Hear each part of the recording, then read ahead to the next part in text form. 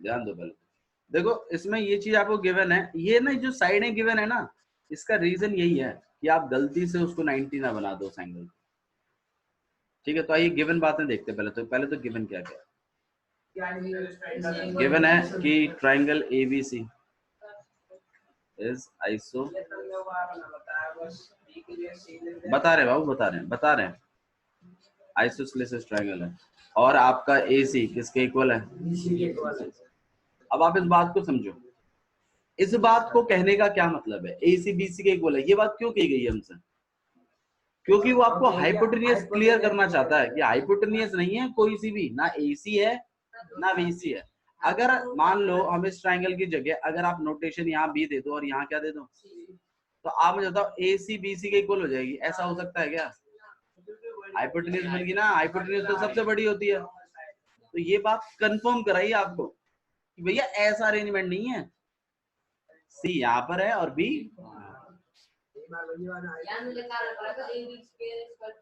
ठीक है? क्योंकि इसमें देखो ए बी के बारे में बात नहीं हो रही, मतलब ए बी है हाइपोटेनियस, क्योंकि हाइपोटेनियस किसी के इक्वल नहीं होती, वो तो सबसे बड़ी साइड होती है। ठीक है, मेरी बात सुन पा रहे हैं? नेमिंग कैसे कर रहे हैं?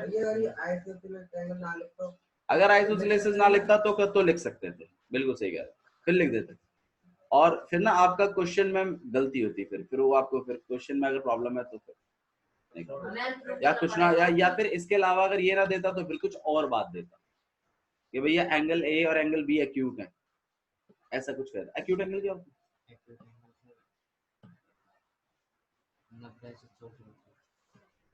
एक्यूट एंगल क्या होते हैं? जो 90 से, वेरी गुड। तो एक्यूट एंगल वो होते हैं जो 90 से क्या होते हैं, छोटे होते हैं। तो भाई एक राइट एंगल ट्राइंगल में एक एंगल 90 का होता है और बाकी के दो क्या होते हैं, एक्यूट होते हैं। भाई इसकी जगह अगर वो ये बात कह देता तो क्या इससे कंफर्मेशन नहीं हो रही, and angle B are acute? समझ में आ रहा है ना? तो इसका मतलब एंगल सी पे बन रहा है 90। मेरी बात क्लियर हो रही है मैं क्या कह रहा हूँ? ठीक है, तो ये सब तरीका होता है कहने का, मतलब डायरेक्ट ना कह के बातों को घुमा फिरा के कहना। जैसे मतलब फॉर एग्जाम्पल, जैसे मान लो भाई कपिल को 2000 रुपए मिले हैं और मैं कह दूं भाई दीपक तेरे को इतने पैसे मिले हैं इस एनवलप में जितने हैं, दीपक बोलता भैया बता दो कितने हैं, मैं तेरे भाई के आधे हैं, तो टेंशन ले रहा है। अब मैंने इसको डायरेक्ट नहीं बताया, लेकिन मैंने इसको घुमा फिरा के तो बता दिया, तो यही बात होती है। वो डायरेक्ट नहीं कहना चाहता कि ए भी हाइपोटेनियस है, लेकिन वो इस बात को अब वो नहीं समझ पाया, तो भाई वो उसका लॉजिकली प्रॉब्लम है, इसका मतलब intellectual level is not up to that level जो होना चाहिए। हाँ जी बोलो। ए और हाँ जी, हाँ जी बिल्कुल, ए सी अगर वो राइट एंगल ट्राइंगल है तो, लेकिन अभी आपको क्लियर नहीं कि वो राइट एंगल ट्राइंगल, ठीक है भैया? यार हमें प्रूव करना पड़ेगा एबी स्क्वायर एसी स्क्वायर। हाँ बाबू, वो पीजीटी थ्योरम आपको प्रूव कर, मतलब पीजीटी थ्योरम दिखानी पड़ेगी और फिर कहना पड़ेगा कन्वर्ट्स ऑफ पीजीटी से ये वाला एक राइट एंगल ट्राइंगल। ठीक है, आइए चलिए शुरू करते हैं। तो गिवन आपके पास ट्राइंगल है कि ए बी सी एक आइसोस्लेसिस ट्राइंगल है जिसमें ए सी बी सी के इक्वल है, और ए सी का ए बी का यार ए बी का स्क्वायर इक्वल टू में ट्वाइस ऑफ ए सी का स्क्वायर। अच्छा जी, टू प्रूफ देखिए क्या है, वेरी गुड। टू प्रूफ है कि A B C is right angle is right triangle. ठीक है, आइए प्रूफ स्टार्ट कर रहे हैं भाई। अगर एबीसी राइट ट्रायंगल पूछे तो काई भी एक एंगल 90 दिखा दे। हाँ जी, भी दिखाना उम्मीदवार हो भाई, देखो कायदे से तो सी दिखाना चाहिए, डायग्राम भी यही कह रहा है, लेकिन राइट एंगल ट्रायंगल में किसी एक एंगल को आप 90 दिखा दीजिए, हो जाएगा काम। अच्छा जी, देखो भाई हम अपने गिवन से शुरू कर रहे हैं कि ए बी का स्क्वायर इक्वल टू में 2ac का स्क्वायर है ना, ये बात आपको क्या है गिवन। अच्छा, इन ट्राइंगल चल रहे हैं, ठीक है, इन ट्राइंगल ए बी, तो ये बात गिवन है आपको। अच्छा जी भाई, 2ac के स्क्वायर का मतलब क्या होता है, ac square plus ac square, दो बार ac स्क्वायर को प्लस किया, तो इसको हम लिखेंगे ab का स्क्वायर इक्वल टू में ac का स्क्वायर प्लस, अब क्या करेंगे मनीष बता?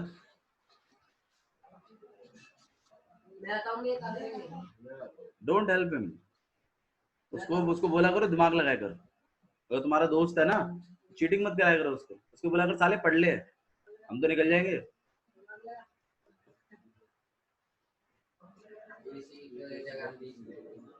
हम एसी की जगह क्या ले लेंगे, बीसी ले लेंगे। क्यों? क्योंकि भैया हमें इसमें पीजीटी प्रूव करवानी है।